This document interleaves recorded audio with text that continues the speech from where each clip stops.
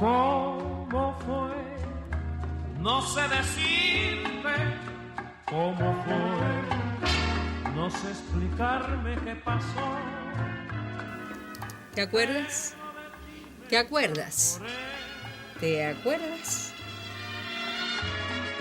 Fue una luz que iluminó todo mi ser.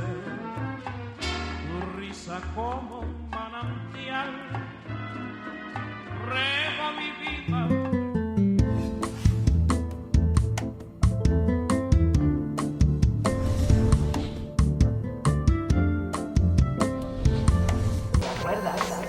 ¿Te acuerdas de eso?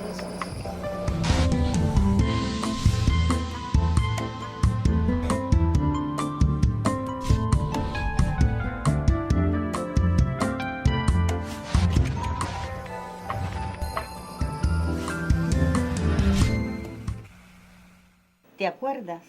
Una mirada indiscreta al audiovisual pinero.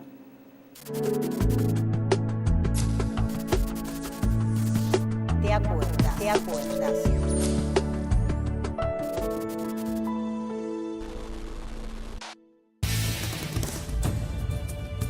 Todos los días los reporteros salen en busca de la noticia.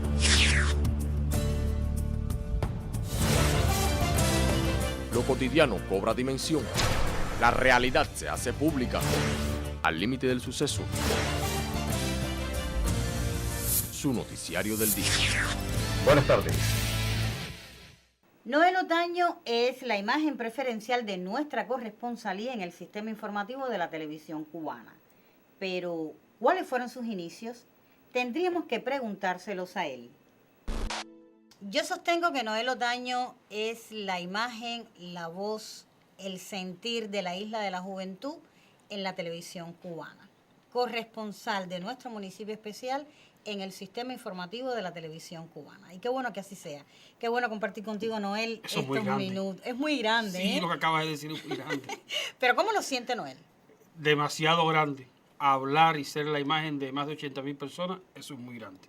Sencillamente ser uno más dentro de los 80,000 que tiene la responsabilidad de decirle al resto de los cubanos lo que hacemos y cómo anda la isla y que existimos. Para muchos podría parecer fácil, pero yo sé que no lo es. ¿Cómo logra Noel buscar esa noticia, ese elemento pinero que llegue a constituir trascendencia en la televisión cubana? Es la pregunta que siempre se hace a los que hacemos periodismo aquí en la isla. ¿Cómo hacer trascender lo meramente pinero al ámbito nacional?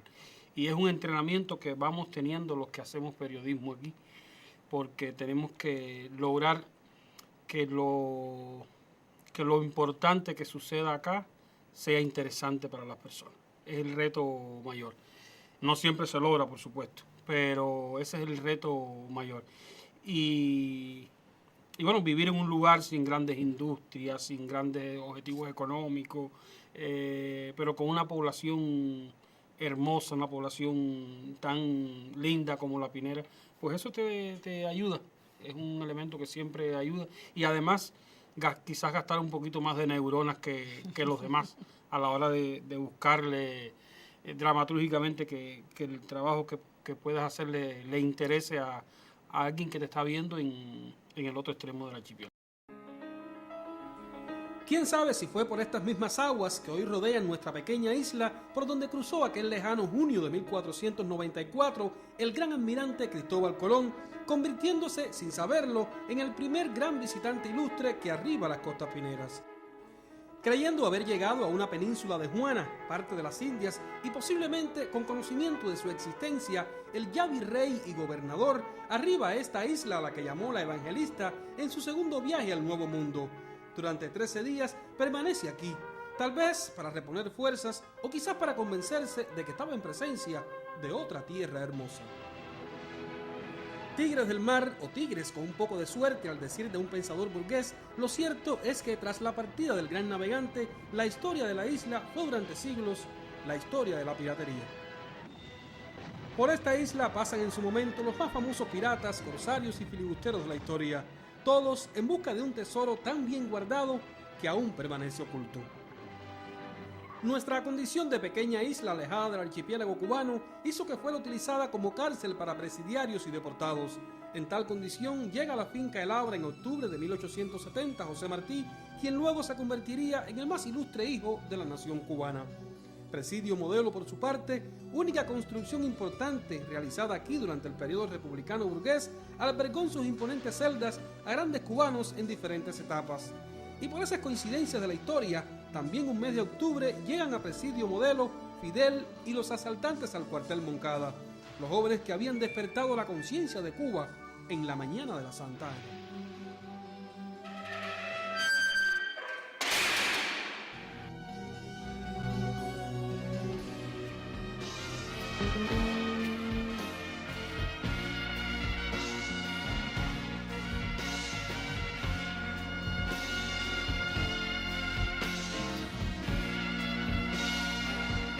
Con la victoria del Gran Enero de 1959, la Isla de Pinos, además de cambiar su nombre por el de Isla de la Juventud, debido al accionar de miles de compatriotas llegados de diferentes regiones del país, se convierte en un lugar visitado por diferentes estadistas del mundo interesados en el proyecto de educación internacionalista desarrollado por más de 20 años aquí.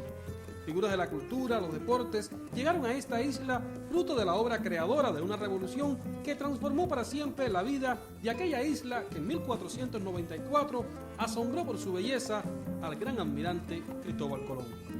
Noel Otaño, para el Sistema Informativo de la Televisión Cubana. En materia profesional del periodismo, es algo que muy bien tenemos que saber nosotros los profesionales de la prensa hoy en Cuba. Pero eso tiene su antecedencia. ¿Cómo llega Noel al periodismo? A ver, yo desde pequeño yo sabía que esto que yo estoy haciendo, lo que yo siempre soñé hacer. Por lo tanto, yo no trabajo. A mí me pagan por divertirme, porque yo estoy haciendo, yo soy muy bueno, lo que yo siempre quise hacer. Desde que era niño. Yo recuerdo que en los años finales de los 70, yo no soy tan viejo, pero me acuerdo. Había un programa que se llamaba Para Bailar, que era muy popular en aquel entonces, salía los domingos por la tarde o los sábados por la tarde, que tenía un piquete de locutores excelentes, algunos todavía están en Cuba, creo que Mara es la única que queda todavía haciendo conducción de ese grupo, Mara Roque. Uh-huh.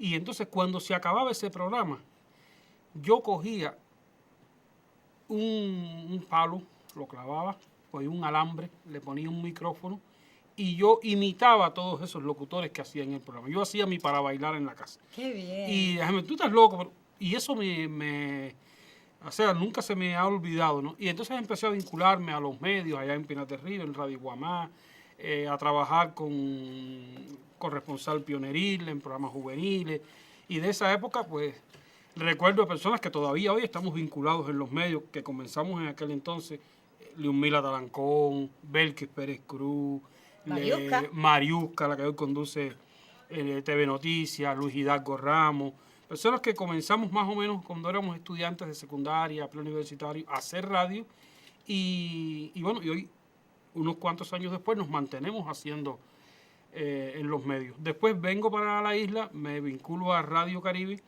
en Radio Caribe, que fue mi gran escuela, porque pude hacer casi todo, producción musical, dirección, conducción, de todo, periodismo, sin estar en el departamento informativo. Como era lo que me gustaba, pues me dieron la posibilidad de hacerlo y lo hice. Y además gané hasta concursos municipales de radio, de género periodístico y todo. Hasta que ya en el 2000 comienzo a trabajar en la televisión. El 1 de agosto del año 2000 comencé a trabajar en la televisión a solicitud del que era en aquel entonces el director de Islavisión y además el padre de la televisión acá en la isla, Eloy, a quien aprovecho para enviarle un saludo. Comienzo a trabajar el 1 de agosto del 2000 acá y enseguida pues yo de televisión realmente sabía mucho de radio o sabía algo de radio, pero de televisión no sabía nada. Permíteme entonces hacer una pregunta que yo creo que es muy recurrente antes de adentrarnos en lo que es Noel en el periodismo televisivo. ¿Por qué se dice que la radio es una escuela? ¿Por qué cuando tenemos en nuestras manos el micrófono sentimos que acariciamos con nuestras voces precisamente ese implemento tan importante como lo es el micrófono? Es que la radio te da las herramientas necesarias para trabajar más cómodo en la televisión. Yo siempre digo que hay que empezar por la radio. Y tú que vienes de la radio sabes que es mucho más fácil cuando... Por eso es mi pregunta, porque quiero que lo digas tú. Cuando se viene de la radio, adaptarse al lenguaje de la televisión. Buscar la parte audiovisual es mucho más sencillo. Yo recuerdo en el año 93, cuando yo estudiaba locución con el desaparecido Antonio Pera, hace muchísimos años, hace 20 años, y el difunto Antonio Pera nos dijo, el día que ustedes se paren frente a un micrófono y no tengan miedo, no entren a la cabina. Siempre hay que tener miedo, siempre hay que tener ese susto, porque tú no sabes cuántas personas te pueden estar oyendo, te pueden estar viendo, pueden ser 100, pero pueden ser 100.000. Y entonces eso siempre, nunca se me ha olvidado. Y la radio te va preparando, te va permitiendo hacer cosas, muchas cosas a la vez. En la radio tú puedes hacer muchas cosas que en la televisión no lo puedes hacer, pero te permite hacer muchas cosas y eso te da un entrenamiento para hacerlo mejor después en la televisión. Es la gran escuela. Como que la radio te arma de una coraza. Como dicen que los que trabajan en la televisión, que el teatro es la gran escuela. Para este medio, la radio es la gran escuela. Bueno, ya Noel Otaño en la televisión pinera, en Isla Visión.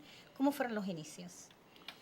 Los inicios fueron muy difíciles porque yo venía de la radio y no sabía casi nada de televisión, pero tuve la ayuda de muchas personas y en particular de una persona a la cual todavía yo le digo papá, que es Dagoberto Consuegra. Y lo tendremos aquí, ¿sabes? Y qué bien.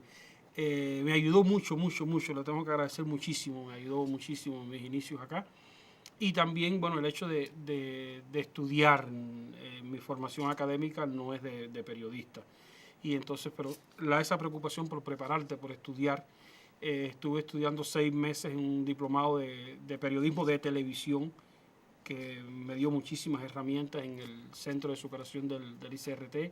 Después otro diplomado de construcción de la imagen televisiva, otro diplomado más del periodista frente a la cámara. O sea, eso te va dando herramientas teóricas para tú hacer mejor tu trabajo. Y creo que además es así como debiera ser, que siempre las personas tengan un entrenamiento, un marco referencial teórico antes de comenzar. Y yo tuve esa suerte de que pude irme para La Habana y hacer eso, después estar un mes trabajando en el sistema informativo, ver cómo era la rutina diaria, cómo era el hecho de tú trabajar y llegar de una cobertura y que te digan baja al aire y que ya el noticiero está al aire, esas cosas las tenemos que vivir y a mí me dieron la posibilidad de vivirla, lo agradezco toda la vida. A la sombra de un álamo tiene su asiento esta área de equinoterapia perteneciente al Servicio de Restauración Neurológica recién inaugurado en la Isla de la Juventud. El efecto beneficioso del movimiento del caballo se conoce desde hace miles de años. Ya en la Grecia antigua se hablaba del saludable trote del animal. Hoy, este método terapéutico es utilizado con éxito en varias partes del mundo. El movimiento multidimensional del cuadrúpedo se aprovecha para afecciones físicas y mentales. También está demostrada su eficacia para apoyar la regulación muscular, la coordinación psicomotriz, estabilización del tronco y la cabeza, así como el desarrollo de la elasticidad y la fuerza muscular. Todo ello unido al tratamiento que por parte de logopedas, fisiatras y otros especialistas reciben los pequeños aquí, conforman un servicio integral de rehabilitación. Hacer que un niño en silla de ruedas pueda volver a caminar o que un pequeño con autismo sea capaz de mostrar afecto a los seres queridos son algunos de los milagros que, según la literatura consultada, el trote de un caballo puede lograr.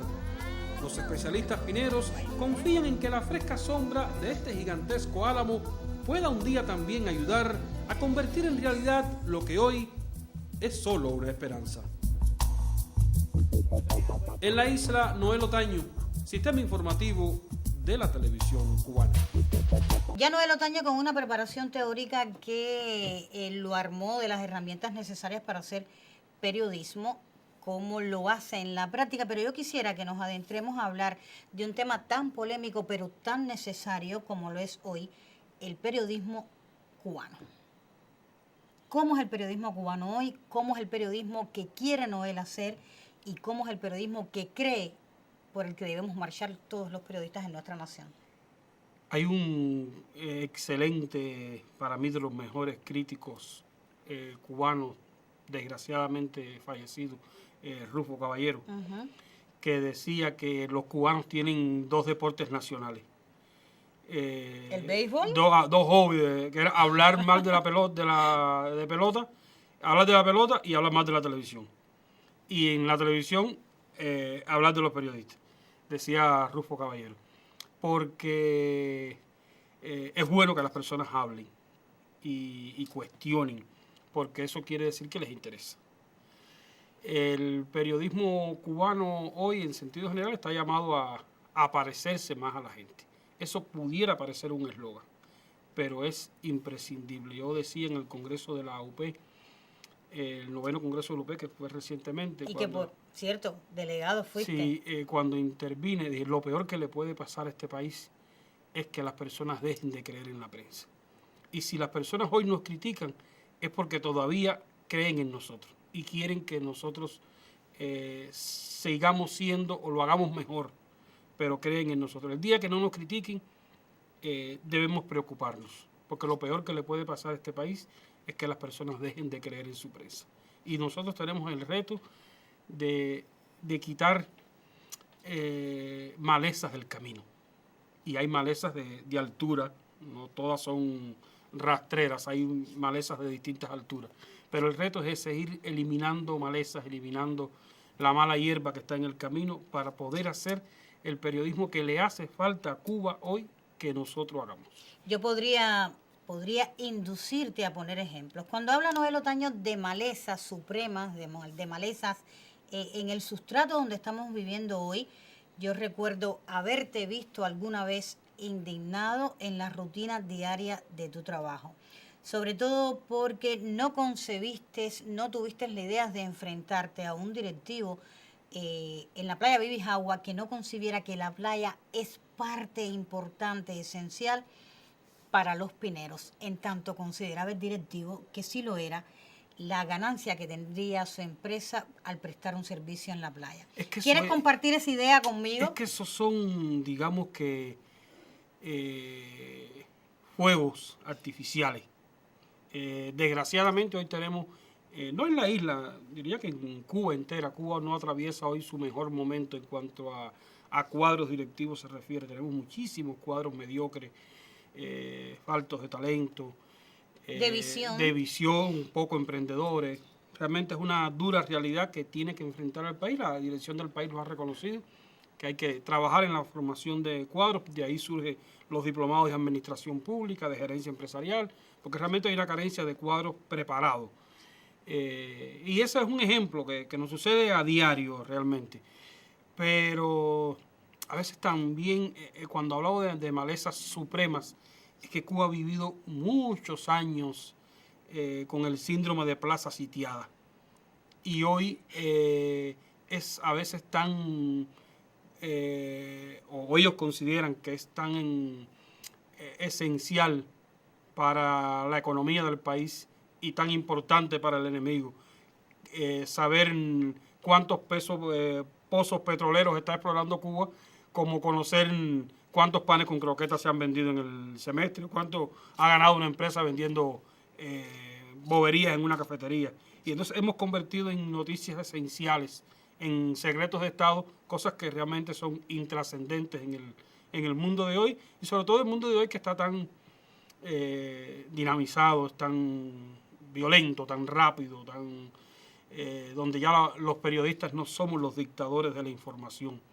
Ya hoy el que crea que las personas están cómodamente esperando a que llegue el periódico o a que pongan una noticia en el noticiero de televisión o en el de radio para enterarse de algo, está embarcado.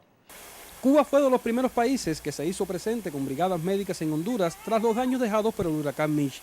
Desde entonces, muchas han sido las vidas salvadas por los cooperantes de la salud cubanos en todo el país. El ministro de Salud aquí, licenciado Elías Lizardo, reconoce lo que ha representado estos 5 años de convenio para la mejoría del sistema sanitario hondureño y en especial para el pueblo. hay un impacto sólido que podemos reportar en reducciones de mortalidad materna, mortalidad infantil de parte de la cooperación que hemos recibido y que mantenemos siempre de manera coordinada con nuestros demás cuerpos de apoyo en todo el sistema sanitario. En otro momento de la conversación, aparte con la televisión cubana, el ministro elogió la labor que vienen desarrollando los médicos del Plan Talento en intrincadas regiones del país. Igualmente nos habló de las perspectivas de cooperación que se vislumbran en el área de la salud. Estamos estableciendo algunos nexos de colaboración acrecentada en materia de VIH-Sida. Hemos estado también muy de cerca trabajando con la cooperación médica cubana para implementar en Honduras un programa de trasplantes renales que esperamos cristalizar antes de que finalice este año. Los vínculos históricos entre Cuba y Honduras se remontan a más de un siglo atrás. Por tanto, estos 5 años de cooperación médica que incluye la formación de más de 600 jóvenes hondureños en la Escuela Latinoamericana de Ciencias Médicas no son más que un reencuentro entre dos culturas semejantes. Desde San Pedro Sula, Honduras, el camarógrafo Eliezer Rodríguez y Noel Otaño para el sistema informativo de la televisión cubana.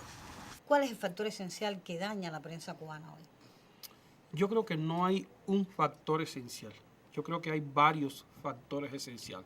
Primero, no olvidar que el bloqueo existe.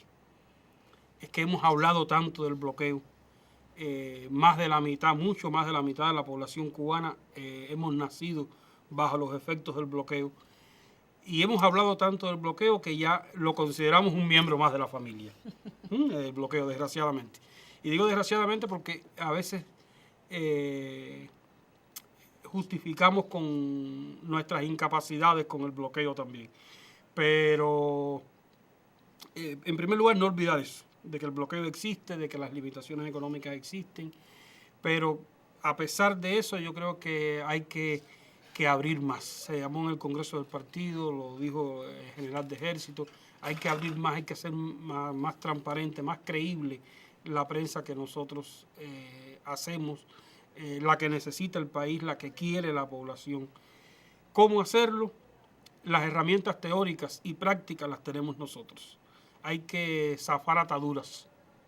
En eso se está trabajando, realmente en tener, por ejemplo, una ley de prensa. Cuba no tiene una ley de prensa. Falta que nos hace. Hoy se está trabajando en una ley de prensa para el país. Se está trabajando en el vicepresidente cubano Díaz-Canel, que estuvo con nosotros en el Congreso.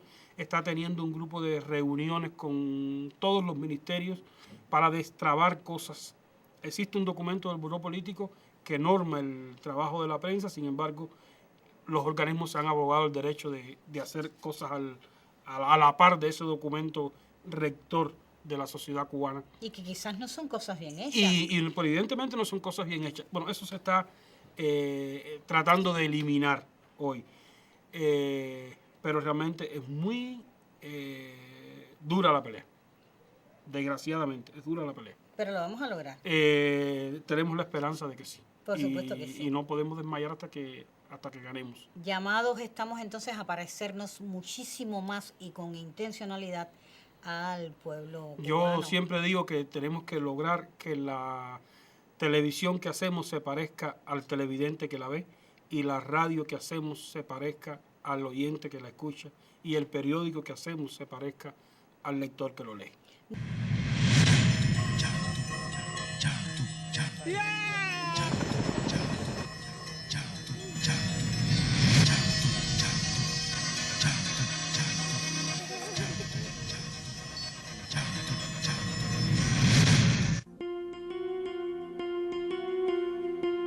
Esta esfera que gira y gira, simbolizando la gran aldea que constituye el mundo nuestro, da la bienvenida a Islamabad la Bella, como llaman los pakistaníes a su capital.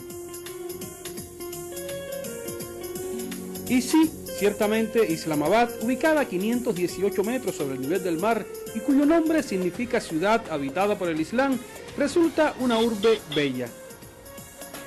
Para muchas personas el mundo islámico está lleno de genios, lámparas maravillosas y sucesos extraordinarios. Pero aquí, en estos pueblos muchas veces olvidados, su gente se levanta cada día a vivir una nueva experiencia. Las huellas del Islam están a cada paso. A determinadas horas del día se ora arrodillado en dirección a la Meca.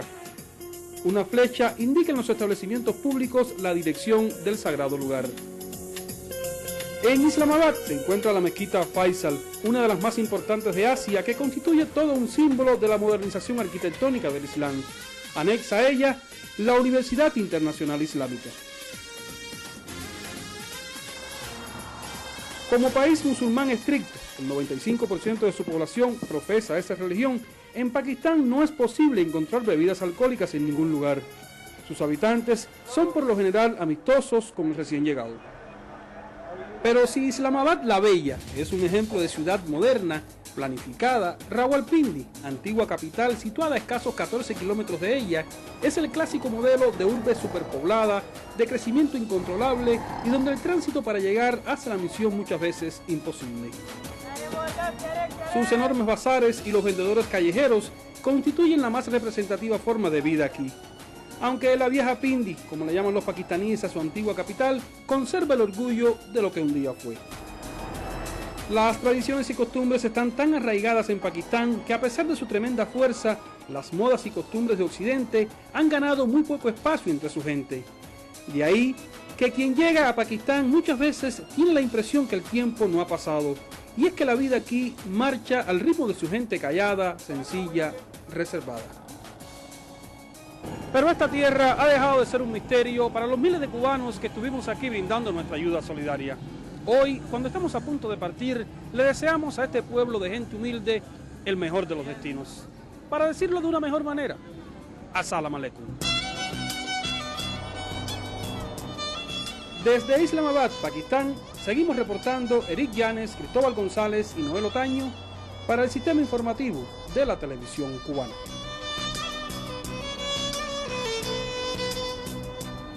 Noel Otaño, fuera de las fronteras insulares, fuera de las fronteras del territorio nacional. Esa etapa y experiencias enriquecedoras que has tenido, Noel, de trabajar como periodista cubano en el extranjero. Coméntanos de las glorias, de las vicisitudes por esas tierras, pero que siempre han sido enriquecedoras para tu desarrollo profesional. Son experiencias únicas.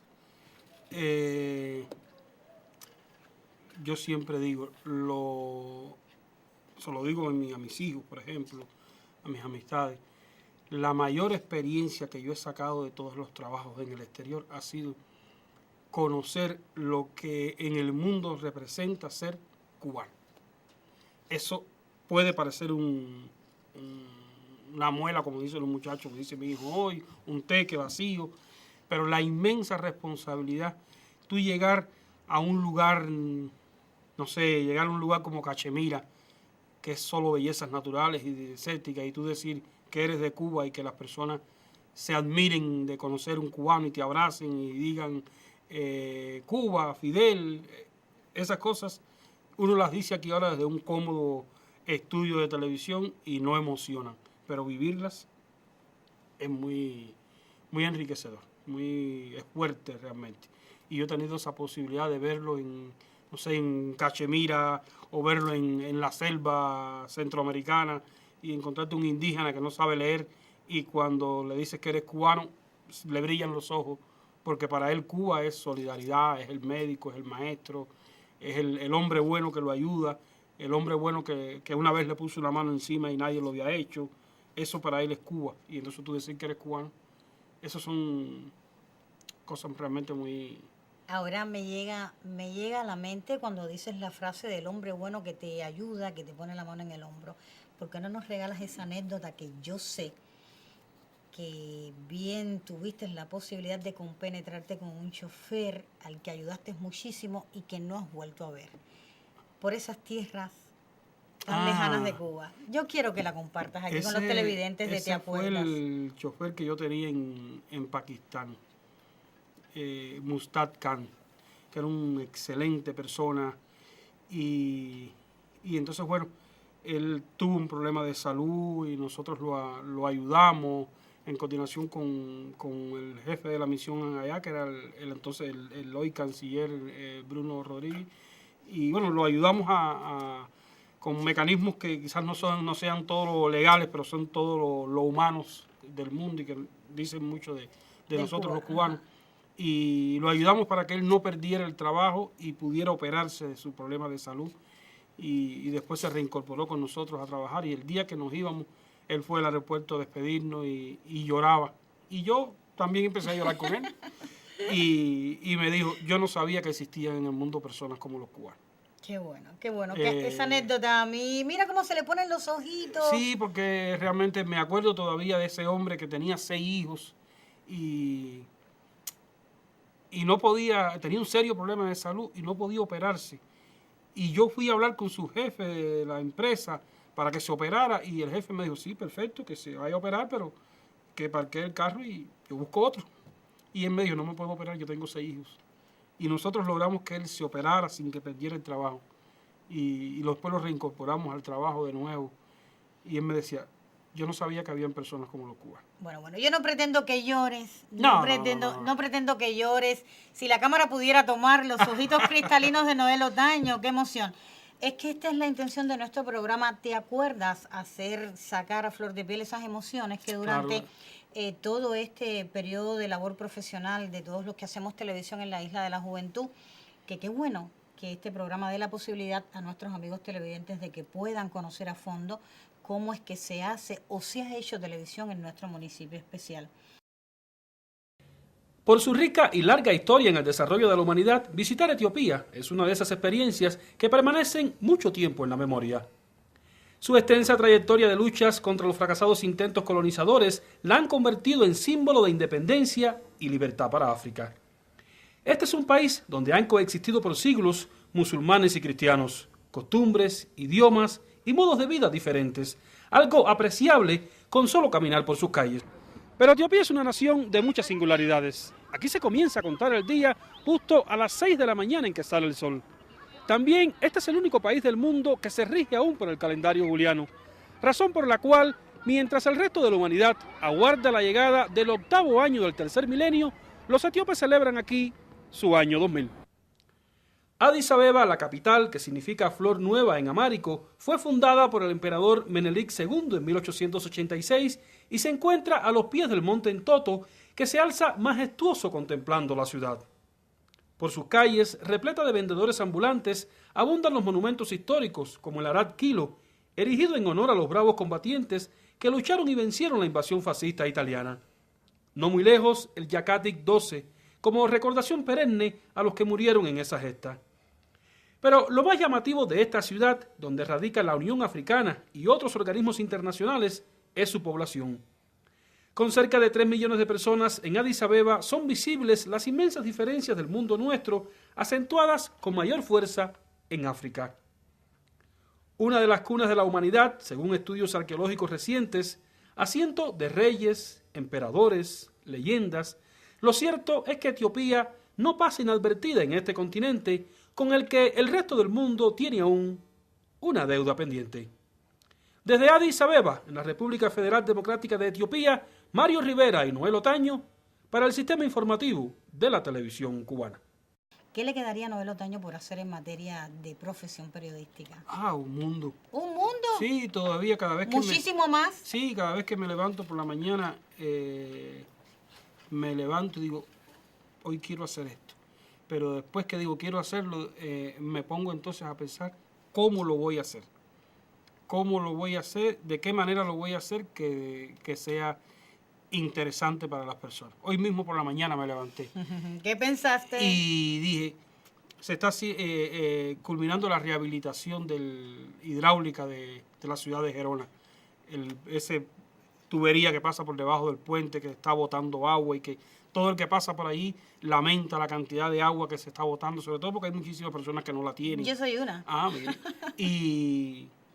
Y entonces hoy me levanté con esa preocupación de ver cómo hacía ese trabajo, pero no cómo hacerlo, decir que bueno, que ya la tubería está llegando y que este salidero, no sé qué. Y entonces me levanté dándole vueltas a ver de qué manera hacer ese trabajo que pueda resultar interesante a las personas, porque es algo importante. Pero las personas no buscan lo importante. La televisión es subjetividad y las personas no buscan lo importante. Las personas buscan lo interesante por sobre lo importante.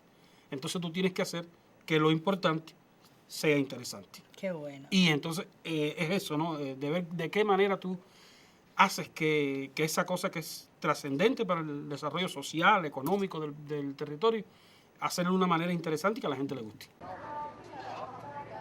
Constituye el principal destino turístico de Vietnam. Miles de personas la visitan a diario para encantarse con su belleza. Rodeada, como muchos lugares aquí, de misterios y leyendas, la bahía de Halong es probablemente uno de los paisajes más fascinantes de Vietnam.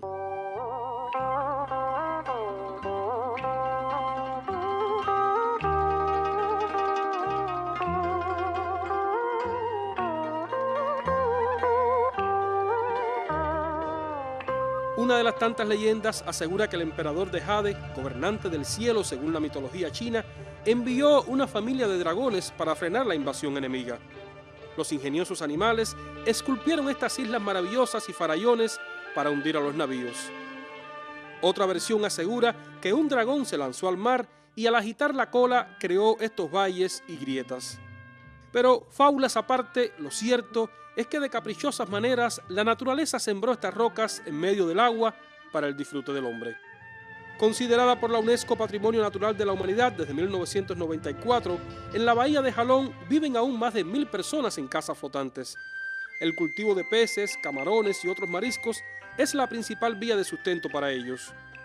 Una gran empresa naviera da respuesta al cada vez mayor interés turístico de la zona. Nadie llega a Vietnam, dicen aquí, y se marcha sin visitar la bahía de Halong, un lugar que parece permanecer indiferente ante el paso del tiempo. Pero los bellos mogotes en medio del agua no son el único atractivo de este lugar. Unos metros más arriba está la cueva Tien Con o Palacio del Cielo. Ella constituye una de las maravillas creadas por la naturaleza. Resultado de miles de años de paciente labor del agua y otros factores naturales, Tien Con se erige como una perfecta obra de arte natural. Todo un espectáculo visual que la madre naturaleza regala al hombre. En Vietnam, Eric Llanes y Noel Otaño, Sistema Informativo de la Televisión Cubana. No quiero irme sin antes que Noel me exprese lo tan importante que es para su vida profesional, para su vida personal, 3 personas que aún están en su casa mirando justo en este instante este programa televisivo. Amaya, Noelito y mi querida flaca. Rapidito. Óyeme, imagínate, Amaya es la princesa, como yo le digo, mi niña más pequeña, muy exigente. Amiga mía, además. Muy amiga tuya, pero que además le gusta este medio de hecho, hace sus cositas en un programa pioneril de los niños que hay acá. Noelito es todo lo contrario, es el niño inteligente, responsable, muy responsable. Lo sé. Muy estudioso. Lo sé. Que le tiene terror a las cámaras, que no quiere saber nada de la cámara de televisión ni nada de eso. Ese no es su mundo. Su mundo es la computación, la informática, eso es su mundo.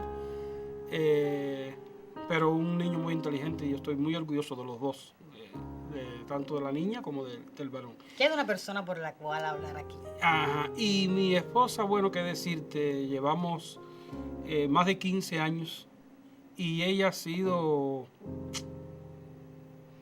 sin ella. Bueno, qué bonito. Gracias, Noel, por haber compartido estos minutos. Yo muy contenta, no me vas a hacer llorar, de haber compartido estos minutos en el programa ¿Te acuerdas? Y por supuesto, sé que se van a estar transmitiendo algunos de los trabajos tan relevantes que has hecho a lo largo de todo este tiempo de trabajo profesional en la televisión pinera.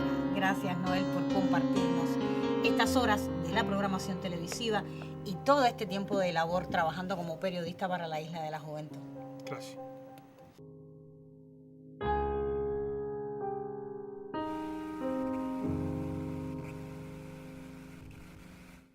Conquistando el futuro es uno de los trabajos más recientes del realizador Michael Jorge Pascual y que narra la historia de una caracterización. Ustedes ahora estarán preguntando, ¿cómo que una caracterización? Pues sí, atentos todos, porque este documental describe las tribulaciones de los preparativos para la realización de una de las fotografías del destacado artista del lente, Jaime Prendes.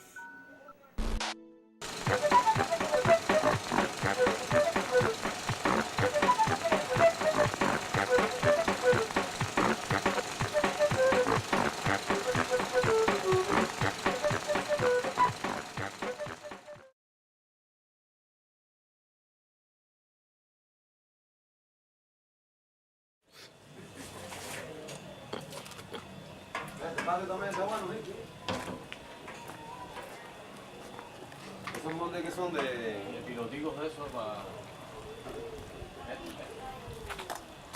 hacer barandas de esas de concreto.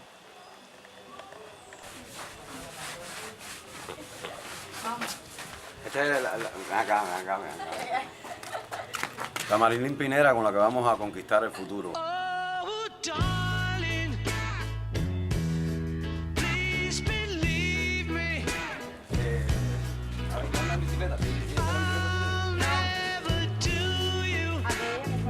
Bueno, vamos bien, ¿no? Vamos, por eso, Paco, tú vas en una bicicleta, además que en bicicleta, tú vas en bicicleta para nosotros en un bici, nos vamos a ir a pie por ahí para allá con el lactol y con todas las cosas que van. Claro, chico, esto va en la mano. ¿El Jeepy no? ¿Qué pasa, Jeepy? ¿No tiene gasolina? Se parece más a Marilyn que Marilyn. Sí,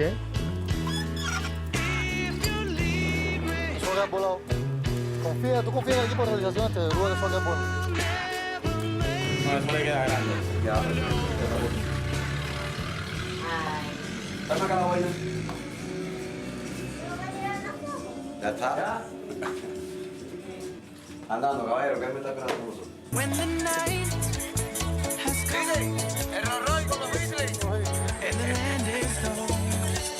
Y la luna es la luz que brilla ante mí.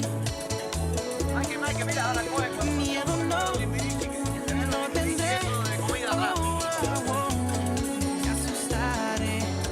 Just as long as you stand by me. And darling, stand by me.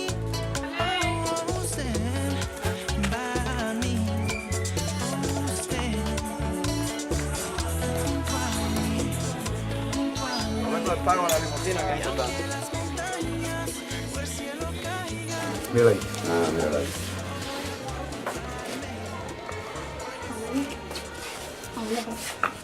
Sí, pero ya estaba ya.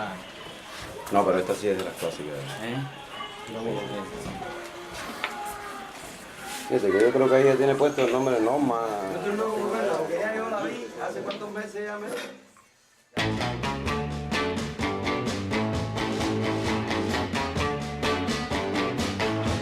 Well, shake it up, baby, now. Shake it up, baby. Twist and shout. Twist and shout. Come on, baby, now. Come on, baby. Come on and work it on out. Work it on out. Well, work it on out. Work it on out. You know you look so good. Look so good. You know you got me going now. Got me going. Just like I knew you would. Like I knew you would. Well, shake it up, baby, now. Shake it up, baby. Twist and shout. Twist and shout. Come on, baby, now. Come on, baby. Come on and work it on out. Work it on out. You know you twisty little girl. Twist little girl. You know you twist so fine. Twist so fine. Come on and twist a little closer now. Twist a little closer. Let me know that you're mine. Let me know you're mine.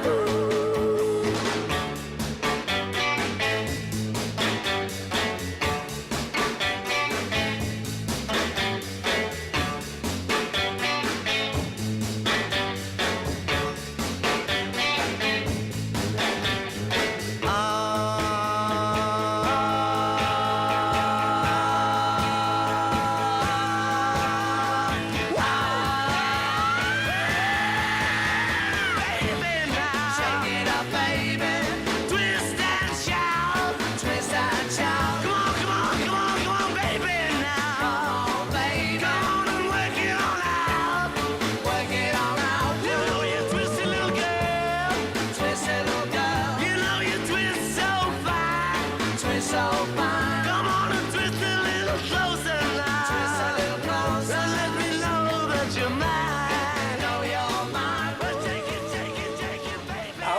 pasa aquí es esto, espérate. ¿Qué pasó ahora? No sé, a ver.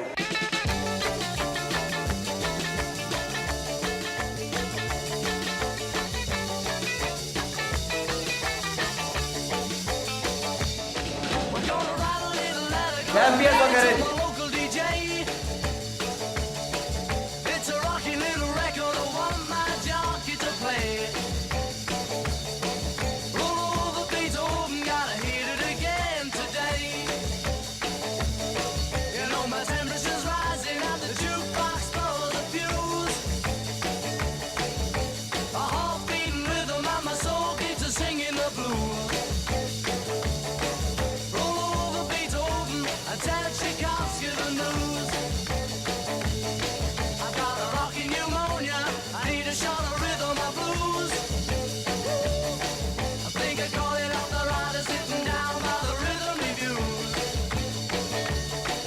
Roll over Beethoven, rocking in 2x2. Well, if you feel it and like it, you get your lover and reel and rock it. Roll it over and move on up, just travel further and reel and rock it. Roll it over, roll over Beethoven, rocking in 2x2.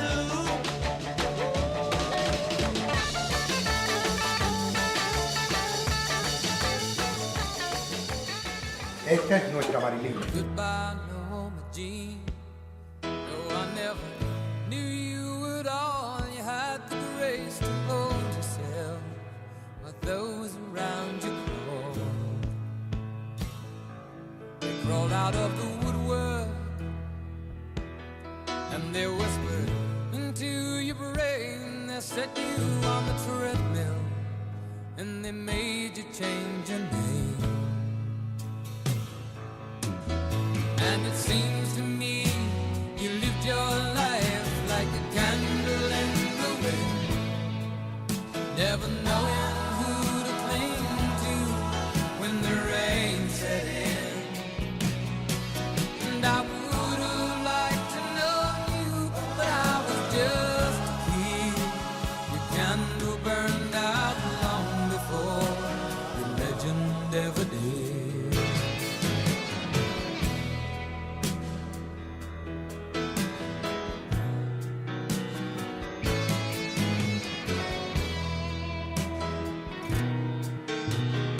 Loneliness was tough, the toughest role you ever played. Hollywood created superstar, and pain was the price you paid. Even when you died, oh, the press still hounded you. All the papers had to say was that Marilyn was found in the news. And it seems to me you lived your life like a candle in the wind, never knowing who to cling to when the rain set in. And I would have liked to know you, but I was just a kid. Your candle burned out long before your legend ever did.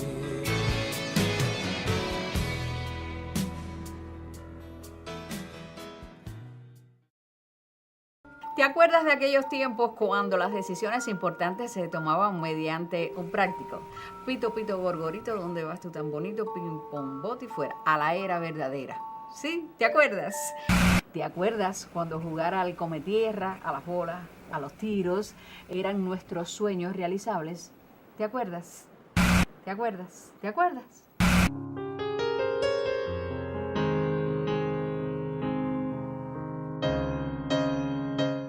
Morral al hombro y cámara en mano, nos disponemos a recorrer la isla para descubrir tesoros.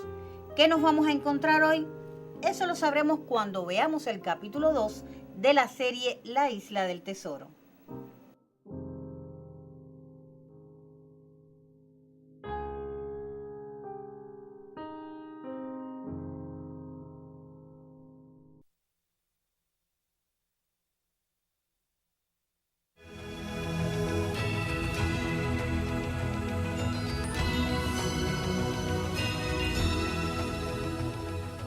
Tan seguramente como vemos las arañas multiplicarse, allí, donde hay huecos y hendiduras, presenciaremos también brotes de piratas en todas partes, donde existe un hormiguero de islas que ofrecen ensenadas, playas, puntas, rocas, arrecifes, en suma, facilidades para sorprender, atacar, escapar.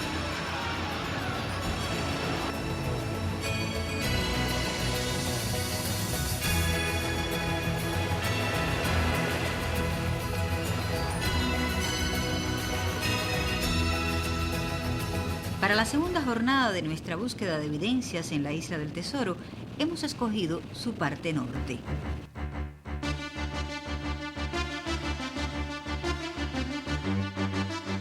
El sur era el apostadero, la guarida propicia para ocultarse, sorprender y atacar. Pero no era allí, cerca de la permanente emboscada, donde la mayoría de los forajidos se enterraban sus tesoros. De los encontrados hasta ahora, la mayoría han sido al norte de esta isla, la actual Isla de la Juventud. Lino Marchetti vino de su Italia recientemente. Sueña encontrar el fabuloso tesoro de la Catedral de Mérida, del que forma parte la famosa Cruz de México. Él la describe como un Cristo de plata tamaño natural, que tiene ojos de diamante y una gran piedra azulada de origen extraterrestre en su parte más alta. La misma que estuviera en la corona del emperador Moctezuma, una piedra con poderes extraterrestres. San Giovanni Evangelista. Estudiando bien toda la historia, pienso que la Cruz de México sea aquí, all'Isola della Gioventù. ¿Qué había aquí que los atraía? Aquí c'è due cose, prima di tutto c'è acqua malantiale, a linea di quella loma là, direzione quella loma là, cioè la linea della punta, stessa direzione c'è un malantiale di acqua dolce, che il libro antico parlava di Sierra Cavallo, e di fronte a Sierra Cavallo, di fronte a Sierra Cavallo c'è nascosto sul libro antico un gran tesoro. Allora guardando fronte a Sierra Cavallo, che cosa ci rimane? Punta Pietra, che è Punta Colonna, perché lo pirata erano un po' comici, burloni. Sì. Invece di dire blanco voleva dire nero. Chi mi dice che il diavolo vuol dire cruz e che cruz il diavolo, rovescio del diablo, cruz. ¿Quién mi dice que no sea aquí la Cruz de México? Sí. ¿Piensas entonces que esté entre el Cayo del Diablo y Punta Pietra? Sì, qualcosa c'è nascosto. Y Punta Colombo. No, Punta Colono questa che Colono. Entre el Cayo del Diablo y Punta Colono. Lino compró los más modernos equipos para la detección de metales preciosos y está dispuesto a correr con todos los gastos de la búsqueda. De lo que aparezca, no interesa llevarse ni un doblón. Le bastaría con la exclusiva de la foto que tome a la Cruz de México y el derecho a comercializarla en todo el mundo. La Cruz de México è más importante per i messicani come la Madonna del Cobra o la Madonna del Guadalupe. Se tu pensi che se tu trovi la Cruz de México qui in Cuba, 100 milioni di messicani venissero a vederla soltanto turismo, dico 1 milione, non dico 100 milioni di messicani, 1 milione di turisti, immagina quanta gente può portare il turismo qui in Cuba. Dejamos a Lino, que ha recorrido medio mundo tras un sueño no tan fantástico como pudiera parecer. Vamos ahora hacia la Sierra de Casas, a penetrarla cámara en mano como un comando barrenador, donde se oculta quizás uno de los tantos cabos sueltos que andamos buscando. Tengo, sin embargo, la desagradable intuición, la premonición, de que en este andar algo malo va a ocurrir a un miembro del grupo. La ominosa impresión desaparece pronto, porque a la vuelta de la misma montaña donde conversáramos con Lino, otros cazafortunas van, equipo en ristre, tras otro tesoro. Un informante nos ha dado las coordenadas y a poco ya alistamos sus estampas quijotescas desandando los altos de un farallón. Emilio y Arnulfo Perelló son dos hermanos jubilados que se dedican a un hobby poco común en nuestro país, la búsqueda de tesoros. A mí me habían hablado ustedes que estaban aquí. ¿De dónde son? Santiago de la Vega. Santiago de las Vegas. Santiago de la Vega. Y desde hace mucho tiempo se dedican a la búsqueda de tesoros. Hace unos cuantos años que estamos en el problema este de la búsqueda de tesoros. ¿Dónde han estado? En Pinar del Río, La Habana, Aguida, Alquizar, la costa sur de Pinar del Río. Y ahora nos encontramos aquí en la isla del Tesoro. ¿Y por qué? ¿Qué los hizo venir hasta acá? ¿Quién les dijo que aquí había tesoros? Bueno, ahí mucha leyenda. Y de encontrarse el tesoro, ¿qué pasaría? Bueno, se lo entregaríamos al gobierno, al Estado, y el Estado nos pagaría entonces un % por el hallaco, que es de un 36%. Nos corresponde a nosotros y es la parte que nos toca a nosotros de cada tesoro que encontremos. Sí, que son cosas que están establecidas por el Estado, por la ley, ¿no? Nosotros sí estamos trabajando por la ley. Nosotros trabajamos por la ley y si lo encontramos, bueno, pues se lo entregamos al Estado. Y el Estado, bueno, nos entregará el % que nos corresponde. ¿Sí? Porque lo de nosotros es buscar y si tiramos, esto como es con el que va a pecar, usted tira el anzuelo y el pecado si pica, bueno, si no pica. Los invitamos entonces a recorrer un tramo con nosotros, ¿bien? Sí, cómo no. Pues vamos.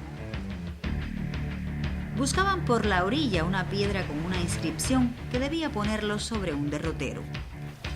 El azar, la mala suerte o la peor casualidad quiso que a nuestro regreso fuera Keipo quien diera con la dichosa piedra marcada. Como aparece en el viejo pergamino, la palabra Sarasola está muy nítida y la flecha marca un rumbo en el mar o un punto en las lometas que están al otro lado de la bahía. Pero mira la flecha, ¿eh?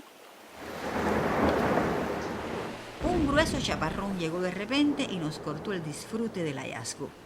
Cuando lo supieron los Perelló, preguntaron de inmediato si habíamos dejado alguna prenda personal marcando la piedra.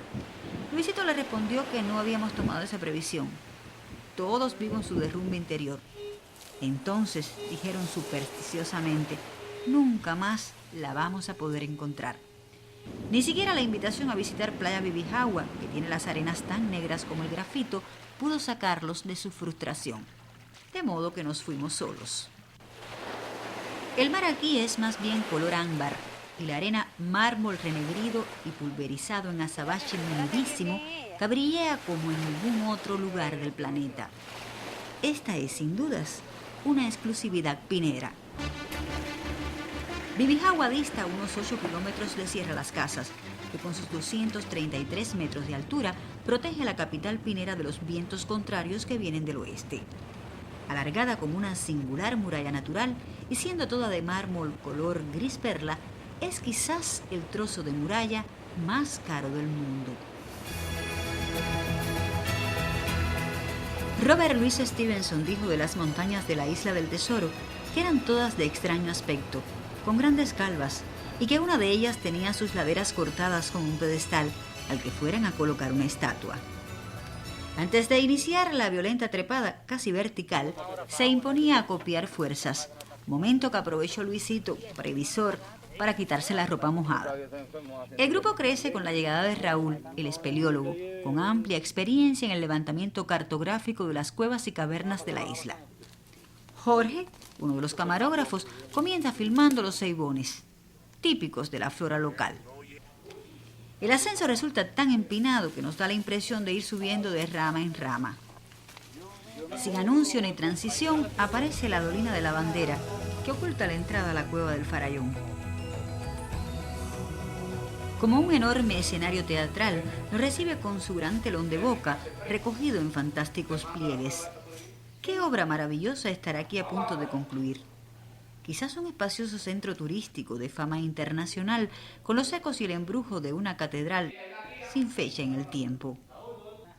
La cueva del Farallón nos recibe con un intenso chorro de aire frío que viene de muy abajo, que no mengua ni cesa. En instantes, la ropa todavía húmeda nos hace tiritar. Aquí en otro tiempo moraron los indios y luego algún que otro esclavo fugitivo. Hacia 1830 las cuevas de Sierra Las Casas eran todavía guaridas frecuentes de piratas y poco después ocultaron al poeta Iturriaga, a los hermanos Pimienta y otros sobrevivientes del alzamiento contra el poder colonial que se protagonizó en Nueva Gerona, también en Domingo de la Santa Ana, también el 26 de julio, pero del año 1896. De momento nos para en seco el grito de Manolo. ¡Mire Douglas y yo estamos al borde de un vacío enorme.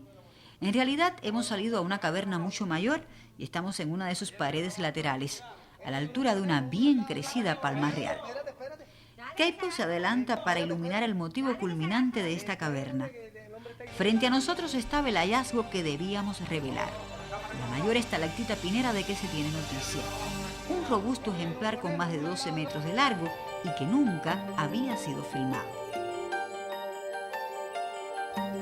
Nos sentíamos muy pequeños ante tanta inmensidad.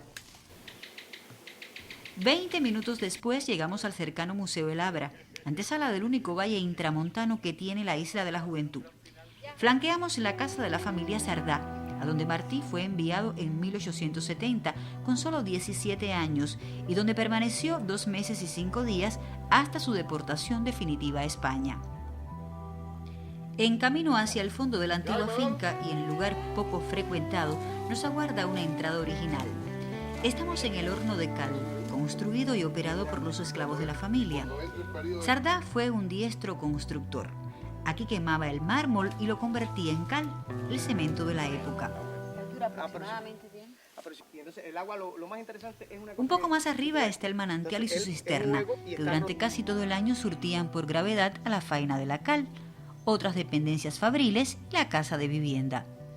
Los tres, el horno, la cisterna y el manantial, en un estado de conservación que lamentablemente habla de un larguísimo abandono, únicos testigos en toda esta isla de aquel impetuoso pasado constructivo y su rudo modo de producir.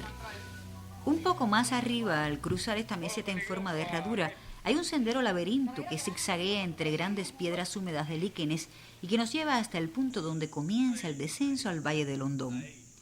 Llegamos a la ladera opuesta. Cesa el aire fresco y las piedras son ahora mucho más resbaladizas.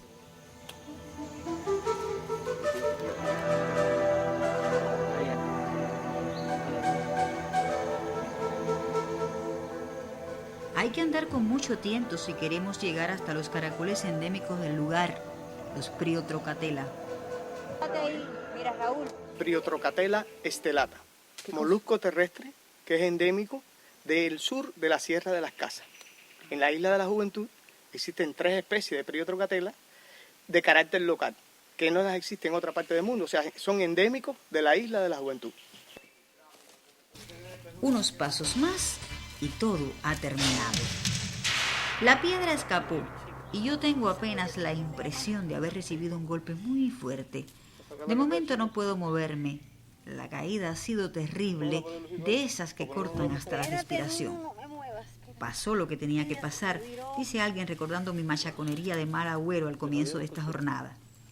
Ni un gemido se perdió, ni un gesto. Todo quedó grabado. Un esguince de rodilla y 21 días de reposo serán las consecuencias.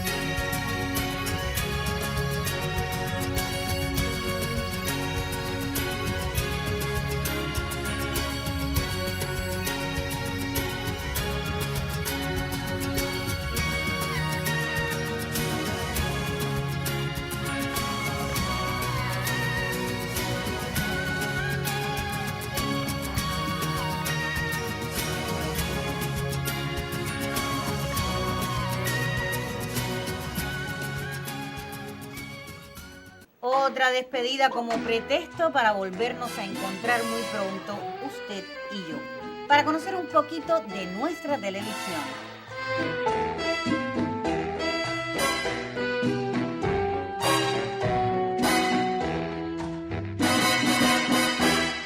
Por una mujer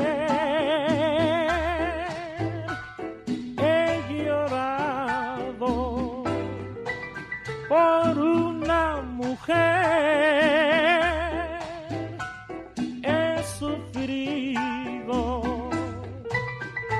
por una mujer.